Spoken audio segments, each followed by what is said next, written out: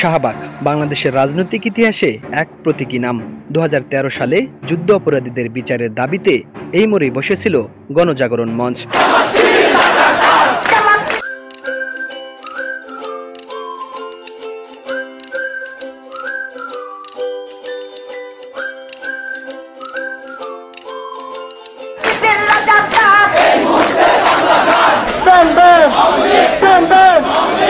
আজ ২০২৫ সালের মে মাসে একই মোড়ে আবারও জমায়েত হাজারো মানুষ।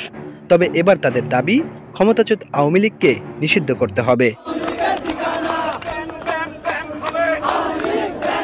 গত বৃহস্পতিবার রাত থেকে এনসিপির নেতাকর্মীরা প্রধান উপদেষ্টার সরকারি বাসভবন যমুনা ঘেরাও করে অবস্থান কর্মসূচি শুরু করেন। সেখান থেকে শুক্রবার সকালে মিছিল নিয়ে শাহবাগে আসেন। এরপর থেকে শাহবাগ এলাকায় তারা অবস্থান নেন।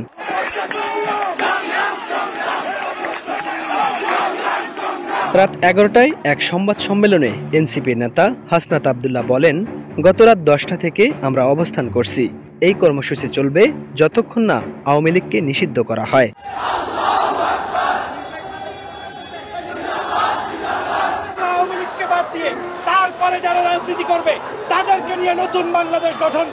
এই কর্মসূচিতে এনসিপির পাশাপাশি অংশ নিচ্ছে জামাত, শিবির ও জুলাই বিপ্লব ঘনিষ্ঠ অন্যান্য রাজনৈতিক দল।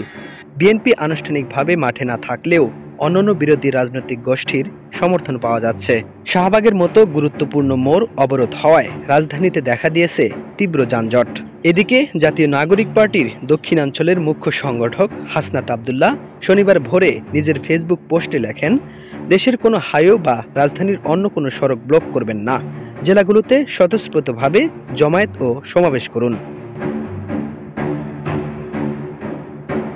৩ দফা দাবির মধ্যে রয়েছে আওয়ামী লীগ ও তাদের সহযোগী সংগঠনগুলোকে সন্ত্রাসী সংগঠন হিসেবে ঘোষণা দিয়ে নিষিদ্ধ করতে হবে। আন্তর্জাতিক অপরাধ ট্রাইব্যুনাল আইনে আওয়ামী লীগ দলগত বিচার অন্তর্ভুক্ত করতে হবে। জুলাইয়ের ঘোষণাপত্র অবিলম্বে জারি করতে হবে।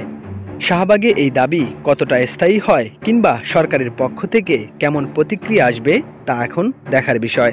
আপাতত শাহবাগ মোড় দখলে রেখেছে রাজনৈতিক দাবিদাররা। দাবি পূরণ না হলে কর্মসূচি অব্যাহত থাকবে বলে জানান তারা।